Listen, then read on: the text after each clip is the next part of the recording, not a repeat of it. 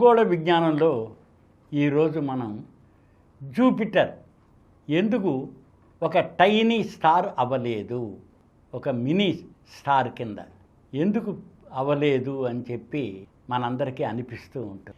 ఎందుకంటే nebula, solar nebula నుంచి సూర్యుడు ఏర్పడ్డాడు. ఈ నెబ్యులాలో ఉన్న మొత్తం మాస్ అంతా గ్రావిటేషన్ పుల్ వలన ఒక ఉండలాగా సూర్యుడిలో ఆల్మోస్ట్ 99% మాస్ అంతా కూడా, నెబ్యులా ఉన్న మాస్ అంతా కూడా సూర్యుడిలోకి పుల్ చేయబడింది. ఎప్పుడైతే హై ప్రెషర్ డెవలప్ అయిపోయిందో దానిలో న్యూక్లియర్ ఫ్యూజన్ స్టార్ట్ అయింది. ఆ nuclear fusion heat and light generate.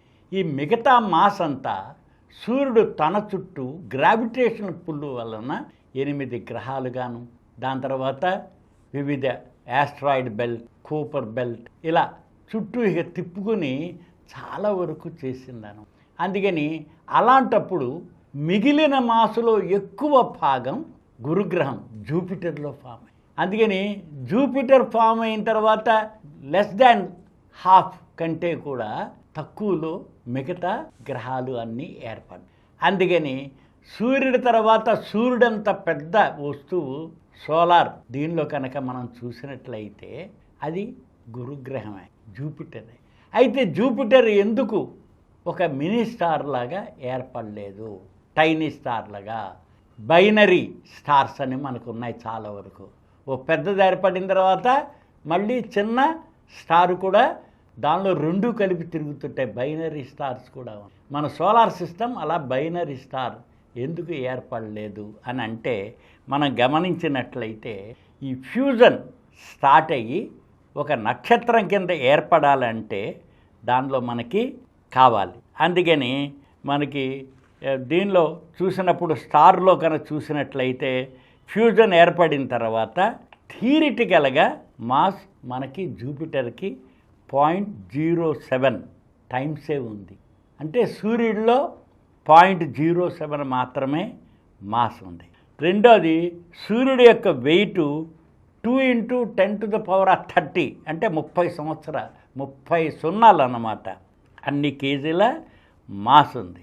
అయితే మన సన్ స్టార్ మనం చూసినట్లయితే మన వీటిల్లో 1.4 10⁻29 స్మాలెస్ట్ స్టార్. సన్ అయిన తర్వాత, సన్ తర్వాత ఉన్న స్టారు 1.4 × 10⁻29, అది 2 × 10⁻30 అన్నమాట.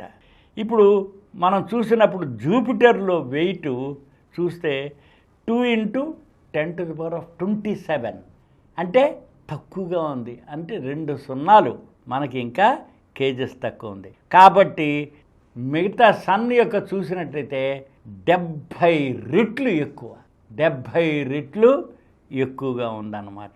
అంటే మనకి జూపిటరు ఇప్పుడున్న మాస్కి 14 రెట్లు ఎక్కువ ఉంటేనే కానీ ఒక నక్షత్రానికి కావలసిన మాస్ ఏర్పడదు. నక్షత్రానికి కావలసిన మాస్ కావాలంటే ఇప్పుడున్న జూపిటరు 14 రెట్లు ఉండాలి. అది అంత చేరలేదు, అంత సూర్యుడిలో కూడా లేదిక, ఎందుకంటే దానిలో ఉంది. అందుకని ఎప్పుడైతే ఇవి వస్తాయో దానిలో ఒకవేళ 70 రెట్లు తీసుకున్నా, 14 రెట్లు తీసుకున్నా అందులో వెలుగు ఇవ్వడానికి అవకాశం ఉండదు. 2% మాత్రమే అది నక్షత్రంగా ఏర్పడడానికి అవకాశం ఉంది. కురుడి కట్టిన దీపంలాగా మనకి జూపిటర్ ఒక నక్షత్రంగా ఉండే అవకాశం ఉంటుంది. మనం ప్లానెట్స్లో కనుక చూసినట్టయితే నక్షత్రాల తర్వాత 30 రెట్లు ఈ జూపిటర్ కంటే కూడా పెద్దదిగా ఉన్నది స్మాలెస్ట్ స్టార్. అలాగే దీనిలోను 30 నుంచి 28 రెట్లు. అలాగే బ్రైట్నెస్ మాత్రం డిమ్గా ఉండేది 2%. అందుకని ఇలాగ ప్లానెట్స్లో చూసినట్లయితే మనకి ఇంకా 30 రెట్లు ఎక్కువ ఉండాలి. ఒకవేళ జూపిటర్కి దానిలో మాస్ ఎప్పుడైనా ఇవన్నీ మన ఉన్నవన్నీ కూడా కలెక్ట్ చేసినా అది వెరీ డిమ్ డ్వార్ఫ్ బ్రౌన్ కలర్లో ఉంటుందన్నమాట. అందుకని మనం ఈ రకంగా చూసినప్పుడు మన ఎర్త్లు కూడా 1000 రెట్లు దానిలో కావాలి. జూపిటరు మనకి పెరగాలి అంటే ఈ రకంగా చూసినప్పుడు దానిలో జూపిటర్కి ఎనఫ్ మాస్ లేకపోబట్టి అది మినీ స్టార్గా ఎదగడానికి అవకాశం లేకుండా పోయింది. ఈ కార్యక్రమం మీకు ఎంతో నచ్చింది కదా. ఇటువంటి మరిన్ని వీడియోల కోసం అనతి కాలంలోనే 20 కోట్లకు పైగా వ్యూస్ సాధించిన సమరం ఛానల్ సమర్పించు సమరం సైన్స్ వరల్డ్ ఛానల్కు సబ్స్క్రైబ్ చేయండి, లైక్ చేయండి, మీ ఫ్రెండ్స్కి షేర్ చేయండి.